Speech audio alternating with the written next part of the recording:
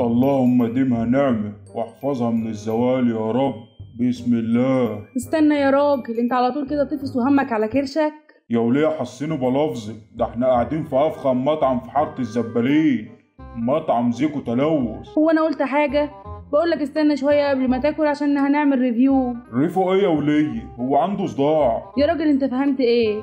ريفيو يعني رأينا في الاكل. طيب ادفعه الاول عشان اقول رأيي. لا بص، احنا ندوق كده حاجات بسيطة من كل صنف عشان ما نوسخش ايدينا ونعرف نكتب الريفيو بتاعنا. خبر اسود، لا هو بيتكتب؟ امال بيتشرب؟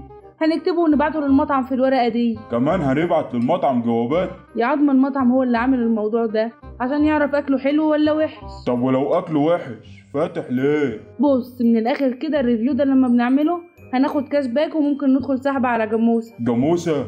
مش كفاية الجاموسة اللي في حياتي؟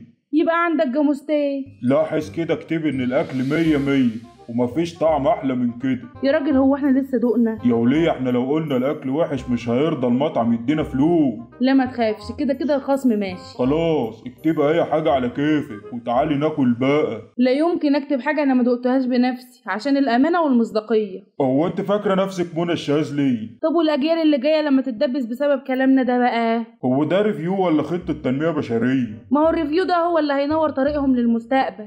خبر اسود، جرية عفاف، ده اكل في مطعم ياما مش طموح سياسي. طب بص، عشان خاطر ندوق الاول وبعدها نحكم. لما كنت بقول كده على اكلك كنت بتتقمص. ايوه عشان انا واقف على رجلي طول النهار بطبخ، لسه كمان هتتأمر؟ يعني انت واقفة على رجلك واللي في المطعم ده واقف على دماغه؟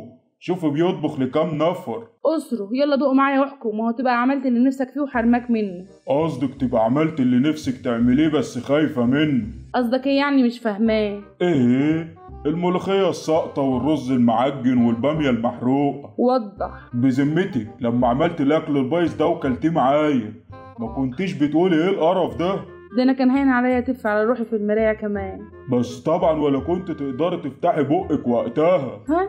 ليه يعني؟ لان ده هيشجعنا مرمط بيك الارض على العك اللي انت عكاه. يعني انت مستني كلامي عشان تتشجع وتاخد موقف من اكلي؟ مش النظرية يا عفاف. امال ايه؟ فهمني. الفكرة ان وانت بتاكلي ولا الحمار في النجيلة بشك في نفسي، اقول اكيد انا اللي مش عارف اكل، وطبعا لو فتحت بقي هبقى انا اللي غاوي نكد وخناق.